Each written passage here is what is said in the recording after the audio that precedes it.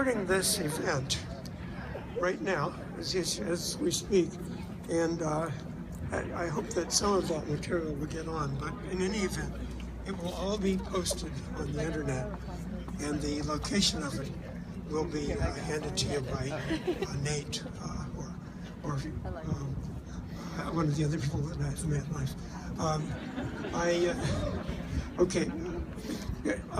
For 10 years, I volunteered my time to help found, produce, and support Truth and Justice Radio. If you haven't done so, please have a listen. Sundays 6 to 10 a.m. at 90.3 FM. Go to the program's website, truthandjusticeradio.org, for recent archives. TJR takes great pride in having received the Community Church of Boston's 2010 Sacco and Vanzetti Award for Social Justice. That's one of the reasons I'm so delighted to meet a group of students.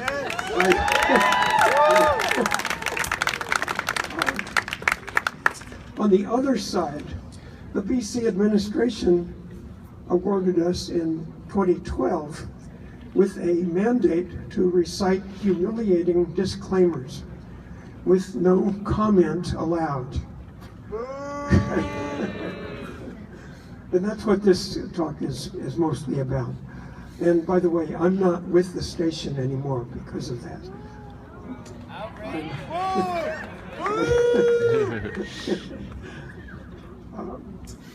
In the course of this story, I'll try to sneak in some recruiting. Truth and Justice Radio deserves your support, despite and by virtue of the administration's harassment. It's hard work, but it's good for the soul.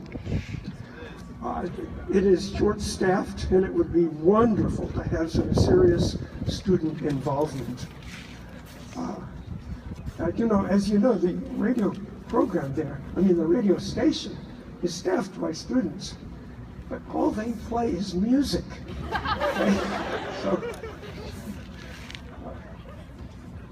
Okay, let's get down to some details. TJR's most courageous component has been This Week in Palestine. I'm going to abbreviate that, TWIP, even though it deserves to be all spelled out. About 45 minutes each week of factual news and analysis from the point of view of Palestinians.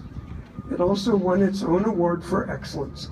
Its legendary originator and producer, Sherry Pham, died of cancer in 2010, prematurely, but his close friends joined together to continue his work.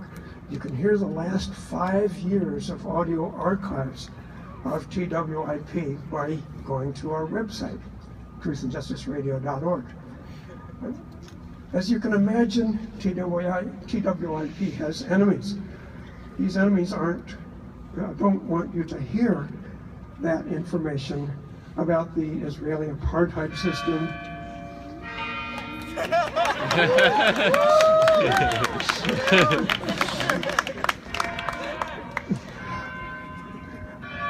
I guess you can hear me okay, right?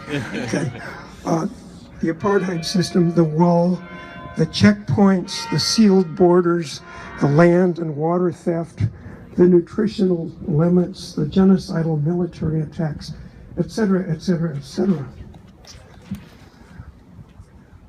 These enemies are all too powerful.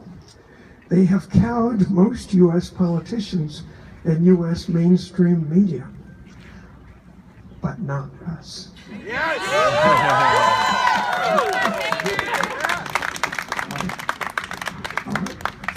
Throughout TJR's history, TWIP's enemies have peppered BC's administration with caustic accusations of anti-Semitism.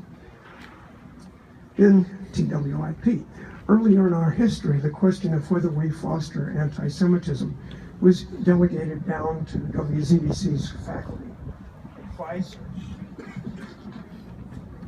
Judy Schwartz, whom I've regarded as an enlightened Jew, as instructed, Judy listened carefully and then reported back that we were not guilty. Never mind that we provided a unique service in support of justice for Palestinians. So we continued with the administration's blessing at that time, or so it might seem. Apparently those enemies achieved a breakthrough in mid-2012.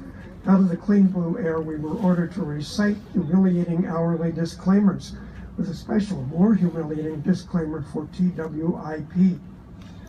The order came from WZBC Student Board of Directors, but upon my questioning, it became clear that the BC administration was the source. The hourly disclaimers were mandated for one sister program, but not another, that voices very similar material. Hence a suspicion of unequal application.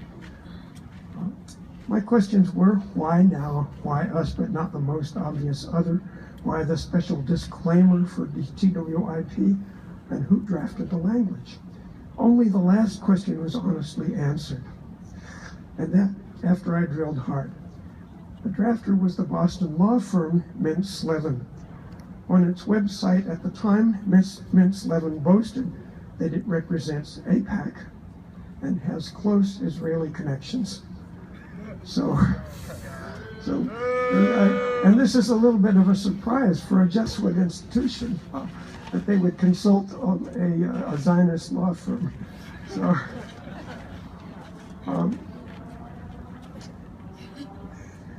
some people think the mandated disclaimers, even the special one for TWIP, are harmless because they only say what listeners know already, namely that the views and opinions are ours, not BC's. I don't share this thinking. I think they are purposely humiliating, and especially because of the unequal application, they dilute our credibility. At first, I recited those ugly disclaimers while pointedly mentioning their graded application. Within a month, Judy was on my case on behalf of the administration. No criticism of station policy is allowed on air. This on a program called Truth and Justice Radio. But then I eventually tried reciting the disclaimers and saying nothing more as ordered. Then Judy said the administration objected to my unfavorable intonation. Again, she said this came down from the top. Anyway, to save the program, I got off the air and relied on my loyal co-producer to fill in pending further attempts at solution.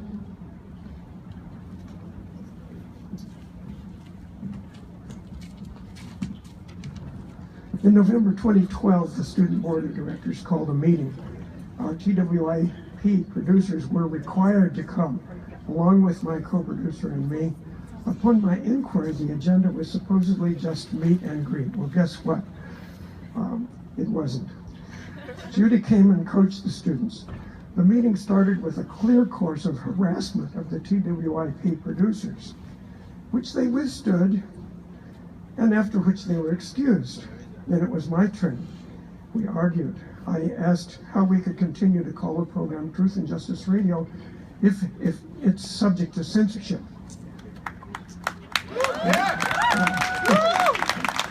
No answer, by the way, of course. Reaching for compromise, I even offered to say only that the disclaimers are being required of us. Answer, no. He said, I must do just as I'm told, no more, no less, or else I'm out. Fortuitously, my co-producer decided to comply, and he has done so, and I am officially out. However, you'll see the work that I do, including this recording, that comes from the shadows. And please,